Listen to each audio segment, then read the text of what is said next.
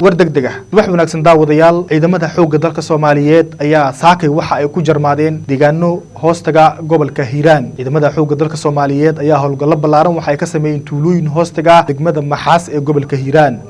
ciidamada ayaa waxa ay ku dhawaadeen deegaanka Ceelgorof iyo tuulooyin ku dhow waxayna ciidamada xoogga dalka Soomaaliyeed oo kaashanaya kuwa deegaanka ay saakay ku kalaheen fariisimo lagu tuhunsan yahay inay ku dhuumaaleysanayaan kooxda Al-Shabaab. wararka ayaa waxay sheegayaan koox ka tirsan Al-Shabaab oo doonayay in iska soo abaabulaan deegaanadaasi si weerar ugu qaadaan fariisimo ciidamada xoogga dalka Soomaaliyeed ay ku leeyihiin deegaanada tuulooyin dhaca gobolka Hiiraan ayaa waxay ciidamada xoogga dalka iyo kuwa macuusleyda ay ku guuleysteen inay ka dul dhacaan saad hordhaca muuqaaladeena aad ku aragteen ciidamada xoogga dalka Soomaaliyeed oo kaashanaya kuwa deegaanka ayaa duqeymo xoogan waxa ay ka fuliyeen deegaano hoostaga degmada Wabxo ee gobolka Galgaduud. ciidamada xoogga dalka Soomaaliyeed ayaa deegaanadii ay duqeeyeen waxa la sheegay inay ku dhuumaaleysanayeen koox ka tirsan maleeshiyaadka Al-Shabaab. dagaalka oo xilliganba si xawli uga soconaya deegaano hoostaga degmada Wabxo qaasatan tuulada lagu magacaabo Ceelgorof ay ciidamada macuusleyda iyo kuwa xoogga dalka Soomaaliyeed waxa ay ku guuleysteen inay gudaha u galaan fariisimo lagu tuhunsan yahay inay ku dhuumaaleysanayeen nabadiilka Al-Shabaab.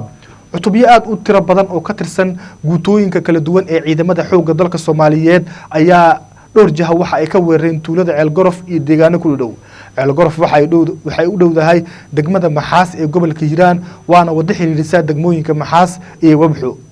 sidoo kale ciidamada ayaa jaray wadadaasi iyadoona kooxda Al-Shabaab loo diiday inay isku gurmadaan. xoogga dagaalka ayaa waxa uu ka soconayaa tuulooyin hoostaga deegaanka Ceelgorof ee u dhow magaalada Wabxo. ciidanka xoogga dalka Soomaaliyeed ayaa sidoo kale waxa ay kaabiga ku hayaan degmada Maxaas iyadoona warku ay sheegayaan in kooxda Al-Shabaab ay qayb kamid ah ay faarujeen degmadaasi. dagaalka oo si dardar leh u soconaya ayaa sidoo kale ciidamadu waxa ay saakay ku soo furteen hub iyo saanado military oo ka careen kooxda Al-Shabaab. ciidamada xoogga dalka Soomaaliyeed ayaa gudaha u galay difaaci nabadiidku ay ku lahaayeen deegaanadaasi waxayna ciidamadu hub ay ka soo furteen kooxda argagixisada ah Al-Shabaab. Maxaas waxa ay kamid tahay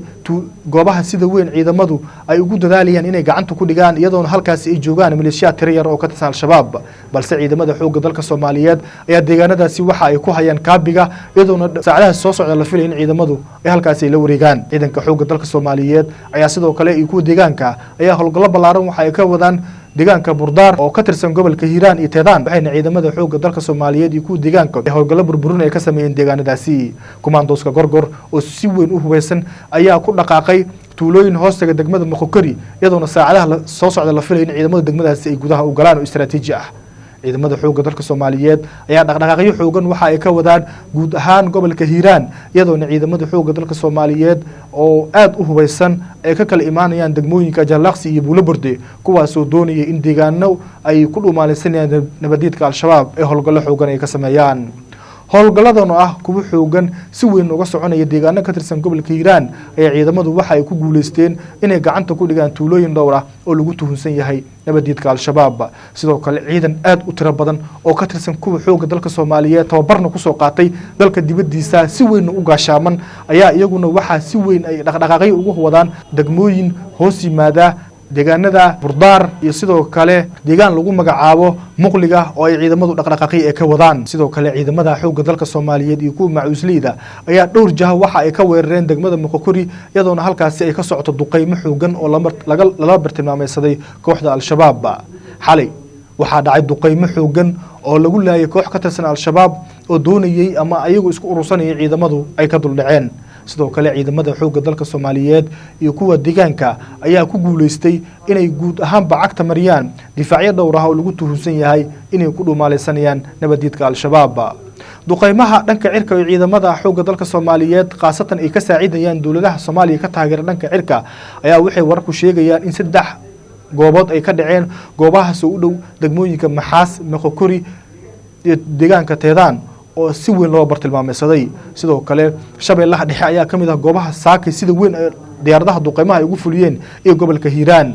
duqeymahan oo si isdaba joog ah ka soconaya deegaano ka tirsan gobolada Shabeellaha Dhexe, Hiiraan iyo Shabeellaha Hoose ayaa xalay waxa lagu bartilmaameysaday saldhigyo waaweyn ee kooxda Al-Shabaab ay ku lahayn deegaanadaasi. xalay abaar saacadu markay ahayd 4tii habeenimo ama 10 saac habeenimo ayaa duqeymo xoogan waxa ay ka bilowdeen tuulooyin hoostaga degmada Moqokori waxaana halkaasi lagu laayay horjoogayaal iyo maleeshiyaad ka tirsan al-shabaab sidoo kale shabeellaha dhexe ayaa duqeymo xoogan laga sameeyay iyadoo halkaasi lagu laayay horjoogayaal iyo maleeshiyaad ka tirsan al-shabaab ciidanka xoogga dalka Soomaaliyeed ayaa sidoo kale waxa ay ku guuleysteen inay gudaha u galaan goobo bahalgaleen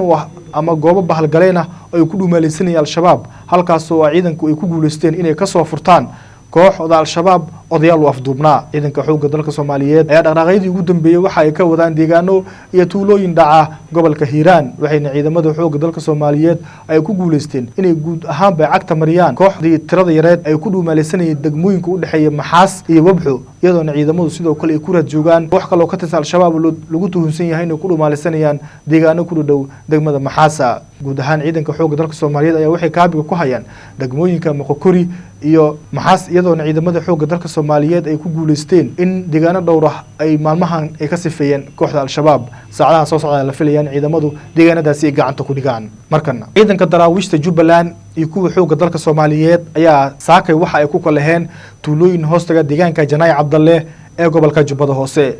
ciidanka xoogga dalka Soomaaliyeed oo kaashanaya kuwa danab ayaa waxay dhaqdhaqaaqyo xoogan ay ka wadaan deegaanka Janaay Cabdalle tuulooyin u dhow waxayna ciidamada xoogga dalka Soomaaliyeed iyo kuwa daraawiishta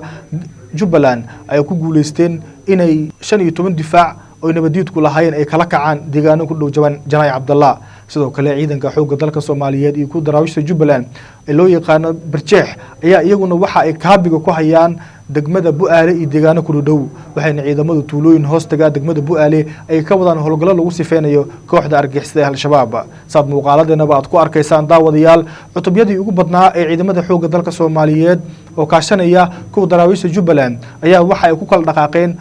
tuulooyin hoostaga degmooyinka Bu'aale iyo Janaale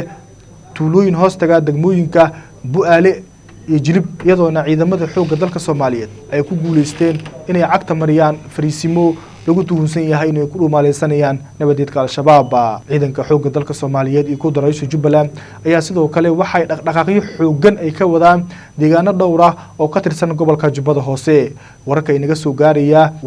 gaaraya Baarsanguuni iyo tuulooyin ku dhow ayaa waxay sheegayaan in duqeymo madaafiic ah ay ciidamada xoogga dalka Soomaaliyeed halkaasi ay ka sameeyeen waxayna ku guuleysteen inay burburiyaan difaaci nabadiidku ay ku lahaayeen tuulooyin hoostaga deegaanka Baarsanguuni ee gobolka Jubbada Hoose Baarsanguuni waxay ka mid tahay goobaha sida weyn ciidamada xoogga dalka Soomaaliyeed ay howlgallada ugu wadaan iyadoona ciidamada xoogga dalka Soomaaliyeed ay ku guuleysteen inay guud ahaanba deegaanadaasi ay ka safeeyaan argagixisada al-shabaab ciidanka xoogga dalka Soomaaliyeed iyo kuwa daraawiishta Jubbaland ayaa maalmahanba waxa ay wadeen dhaqdhaqaaqyadii ugu dambeeyay ee lagu doonayay in deegaanada farqutiriska ah ay ku dhuumaaleysanayaan kooxda al-shabaab sidii looga saari lahaa Jubbaland waxay ka mid tahay goobaha ciidamadu sida weyn ee howlgallada ugu wadaan iyadoona ciidamada xoogga dalka Soomaaliyeed ay ku guuleysteen in goobo